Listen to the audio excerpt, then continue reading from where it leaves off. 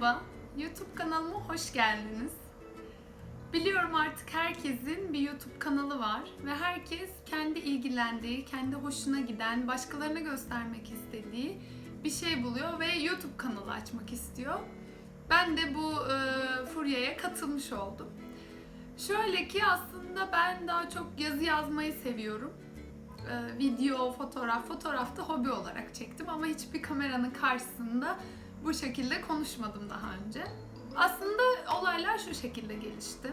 Bülent Şakrak'la Tezgaha Geldik programını izliyordum. Ve çok hoşuma gitti. Bütün bölümlerini arka arkaya izledim. Ve bir yerde aklıma geldi. Arkadaşlarımla ben de böyle bir şey yapsam ve siz de izleseniz ne kadar güzel olur. Tabii şöyle ufak bir detay var.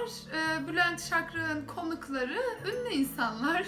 Hayatlarını merak ettiğimiz, projelerini merak ettiğimiz insanlar. Peki sizin bizle merak edebileceğiniz ne olabilir diye düşündüm. O da şu olabilir: Amerika'da yaşayan Türkler. Etrafımdaki Türklerle bu şekilde bir sohbet edebileceğimi düşündüm. Ve dedim ki ben aklımdaki soruları sorayım. Eğer ilerledikçe sizin de ilginiz olursa, şunu merak ediyoruz dediğiniz bir şey olursa onları da ekleyebilirim. Çünkü herkesin farklı bir hayat hikayesi var, buraya geliş nedeni var, kalış nedeni var, dönme arzusu var belki. Onları soracağım genel olarak. Nasıl geldiler, neden geldiler, şu anda ne yapıyorlar ve ilerideki planları ne? Orada küçük bir ilham bulabilirsiniz. Belki başka sorularınızın cevaplarını bulabilirsiniz. Ailemiz, eşimiz, dostumuz izleyebilir. Bizi gördüklerine memnun olabilirler en basiti. Ya da biz hikayelerimizi sizinle paylaşmış oluruz her halükarda. Benim çabam bu yönde olacak. Kanalı açış nedenim de şimdilik bu. Sizin de sorularınız dediğim gibi ileride olursa onları da sormak isterim. YouTube kanalı ile ilgili söyleyeceklerim bu kadar. Kendimden bahsedeyim. Ben Cemile Başgül.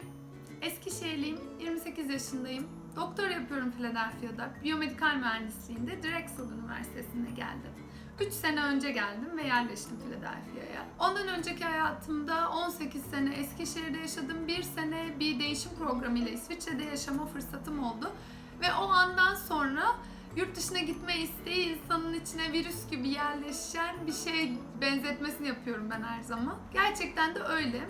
Bir kere çıkınca insanın tekrar yurt dışına çıkma, yaşama ihtiyacı geliyor ya da bir isteği doğuyor. Yine öyle oldu. Ben hep daha uzun bir süre için, çünkü o değişim programı çok güzeldi. Bir seneye doyamadım. Dedim ben daha uzun süre gidip yaşamak istiyorum. Master için araştırdım önce. Lisans eğitimimi de master'ımı da Ankara'da TOB Üniversitesi'nde tamamladım. Daha sonra doktora imkanlarını araştırmaya başladım. Özellikle bir arkadaşım bana Amerika hakkında aslında çok yardımcı oldu. Çünkü kendisi başvuruyordu. Kendisi çok gelmek istiyordu doktora için Amerika'ya.